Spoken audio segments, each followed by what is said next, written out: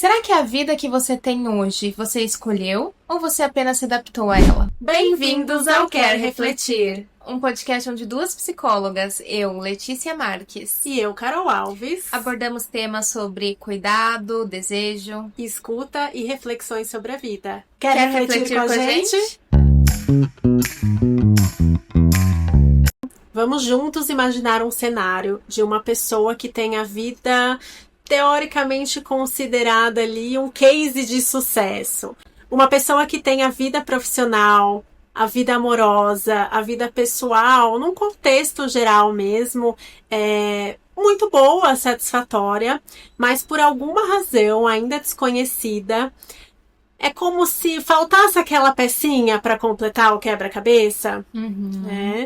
Falta a pessoa sentir um propósito maior naquilo que ela faz, talvez, né? Exatamente. São vidas, rotinas funcionais, mas que não tem pulsão, não tem satisfação ali, né? Aquela empolgação, aquela vitalidade, né? Então, uma pessoa que acorda e chega no final do dia com tudo aparentemente certo, com todas as atividades ali, até feliz, digamos, né? Satisfeita ali, mas falta alguma coisa, é aquela sensação de vazio mesmo.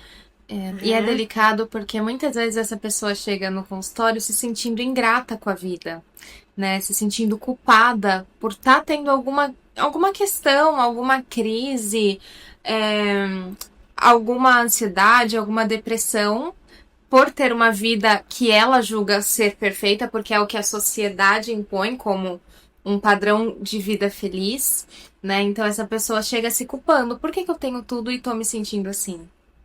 Sim, isso é muito comum. Então imagina uma pessoa que chega ao final do dia com todas as suas atividades ali, profissionais, pessoais, realizadas, concluídas, mas não sente aquele gostinho de satisfação, de uau, que dia incrível, né? E lembrando que não é essa perfeição que a gente está trazendo aqui, então para ter uma vida que a gente escolhe, a gente precisa estar bem todos os dias, ter esse entusiasmo todos os dias. Isso não vai acontecer, a gente tem os humores ali, tem dias que a gente vai estar mais recluso ali, não vai ter tanto esse entusiasmo, essa sensação de satisfação mesmo. O que a gente quer trazer aqui para vocês refletirem é a questão do distanciamento de si, essa sensação do vazio que a gente falou.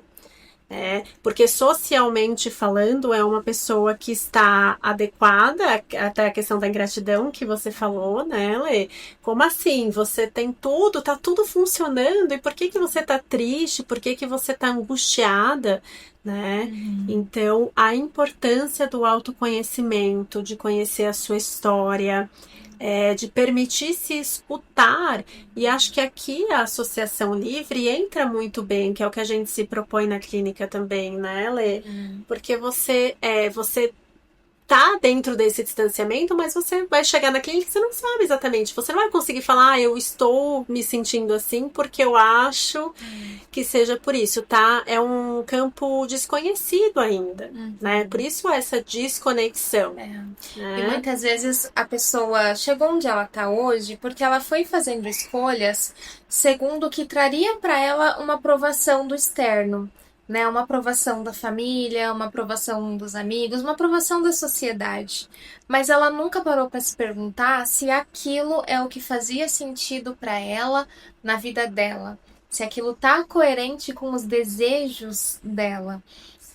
Se a pessoa parar, às vezes, um segundo, um instante para relembrar os desejos de infância, de pré-adolescência, de adolescência dela. Né? Claro que na infância, às vezes, a gente tem desejos fantasiosos de ser astronauta e etc. Mas quais eram os outros desejos? Está alinhado com a vida que você construiu? Será que você construiu uma vida para si ou uma vida para os outros? Né? Porque senão a gente vê uma vida muito alinhada em um aspecto, mas uma pessoa com um empobrecimento psíquico, né? No sentido de não ter a capacidade de fazer isso que a Carol tá falando agora, né? De Sim. olhar para si, de se questionar, de se observar, de entender o que faz sentido, o que tem propósito na sua vida, né? Porque muitas vezes o trabalho não está trazendo um senso de propósito, né? E para algumas pessoas está tudo bem. Para algumas pessoas é assim, eu entendo que meu trabalho não me traz um propósito na vida, mas esse trabalho me permite pagar minhas contas, ter um lazer, ter certo conforto, então para mim tá tudo bem. Mas a pessoa tá tendo consciência disso e ela escolheu isso de forma consciente, né? E algumas vezes a pessoa não tem essa consciência, ela acha que escolheu por ela, quando na verdade ela escolheu pelo outro, e ela chega num momento que não sabe mais o que tá fazendo ali, né? Se sente perdida. Acho que dá pra gente falar dos dois lados, como você mesmo trouxe, né, Lê? Tem decisões ao longo da vida que a gente vai tomar de forma inconsciente e de forma consciente também. Então, de fato, vamos dar um exemplo no campo profissional. Você pode ter escolhido exercer tal profissão e em um dado momento da sua vida você perceber que aquela profissão que você escolheu já não faz mais tanto sentido. Até porque a vida ela é transitória, então a gente vai conhecendo coisas, pessoas. Então, às vezes você conhece uma pessoa de uma outra área, você faz amizade e aí você começa a conhecer o mundo dessa pessoa e aí você, uau, né? Que sensacional! Você começa a se imaginar fazendo outra coisa. Isso pode acontecer, né? Então, são decisões que a gente vai tomando ali, ou de forma inconsciente também. Às vezes você foi para uma... vou dar um exemplo pessoal, inclusive, né? Muita gente não sabe, eu não comecei na psicologia. A primeira graduação que eu fiz foi na fotografia, porque eu sempre tive essa vontade de estar com o outro. Muito essa questão das emoções, dos sentimentos. E a fotografia, ela remete a isso, né? Só que a gente não está como no consultório ali diante do outro, escutando, acolhendo. A gente faz isso através das lentes, a gente capta as emoções através das lentes, né? Só que o que aconteceu, né? Hoje eu vejo que essa escolha, ela estava mais pautada dentro de um hobby. Hoje a fotografia é mais um hobby do que propriamente uma profissão. Só que eu fiz essa escolha pautada numa crença limitante que eu tinha. Porque eu sempre me considerei uma pessoa muito tímida, né? Então, eu falei, perfeito, eu vou conseguir estar no meio dessa questão do sentimento, das emoções e estar diante do outro ali de alguma forma. É uma área que eu não vou ter que falar tanto. Olha só, tava sempre atrás das câmeras, agora tá aqui na frente das câmeras como psicóloga. Exatamente, como a gente ressignifica as coisas, né?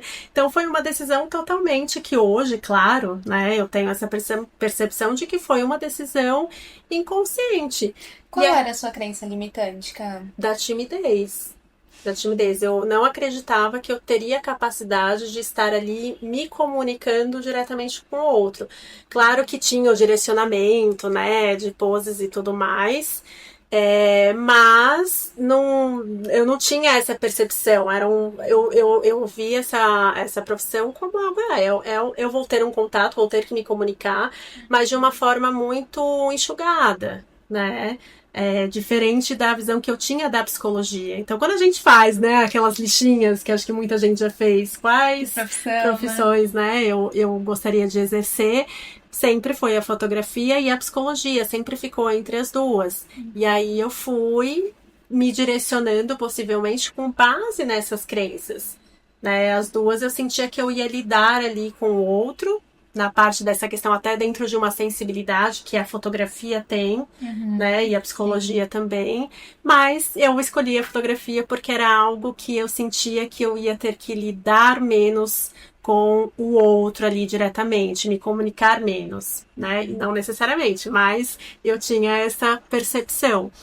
E Era um conflito de desejos, né? Você queria estar com o outro, ao mesmo tempo que você não se sentia capaz disso, né? Você tinha medo disso, né? exatamente. É dentro da pergunta que a gente colocou lá no início, você escolheu a vida que você leva hoje ou você se adaptou? Então foi o que eu fiz, eu me adaptei. E o que que te fez depois? Falou, não, agora eu vou sim pra psicologia.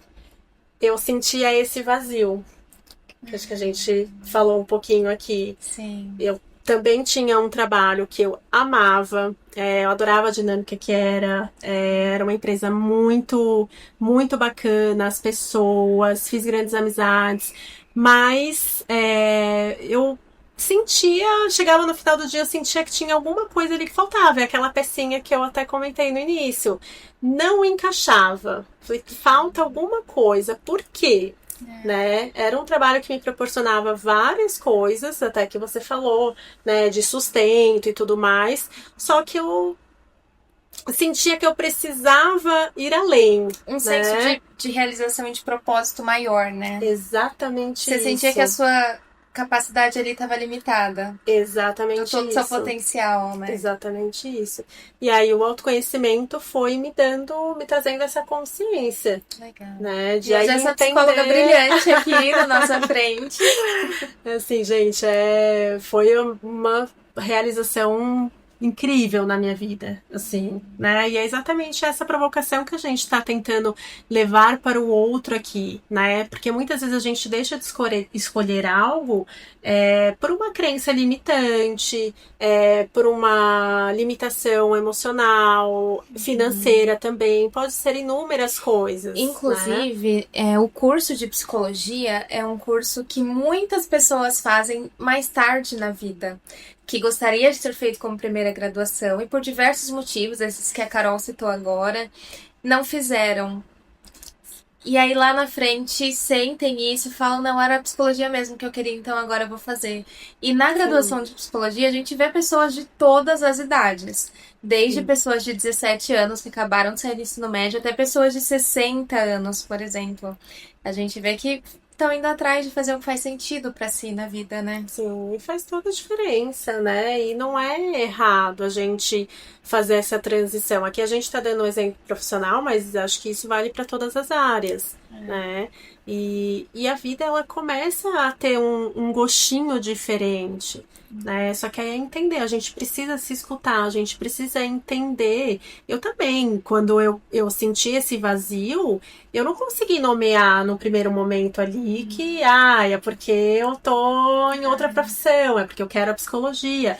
Foi um processo, um tempo entre sentir o desconforto e entender o que era esse desconforto. Então é um processo, assim, bastante delicado, mas, assim, que traz uma mudança muito significativa nas nossas vidas, que é esse propósito que você mencionou. Inclusive, um dos pilares, né, da vida feliz, segundo a psicologia positiva, que é a ciência da felicidade, é você ter uma vida que tenha sentido para você, né? A felicidade é um bem-estar subjetivo.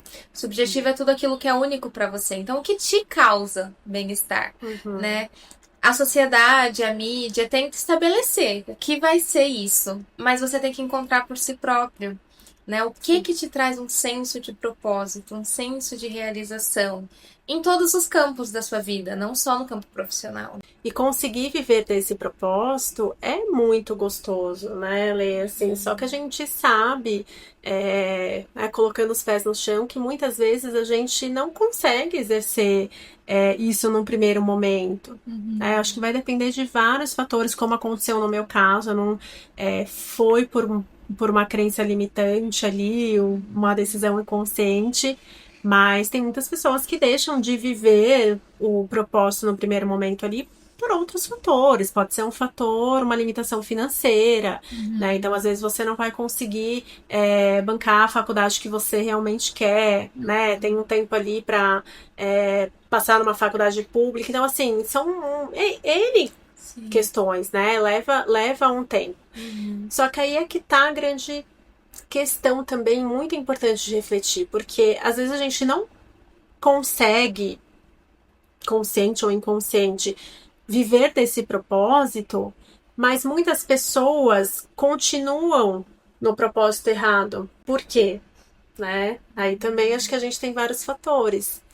Você diz assim, a pessoa chegar num ponto em que dá para ela escolher a partir dali, mas ela continua não olhando pro que faz sentido para ela, né? Sim, Continua ali como que na zona de conforto, na zona do conhecido, né? E se eu exatamente. for ali porque eu gostaria e der errado, né? Sim.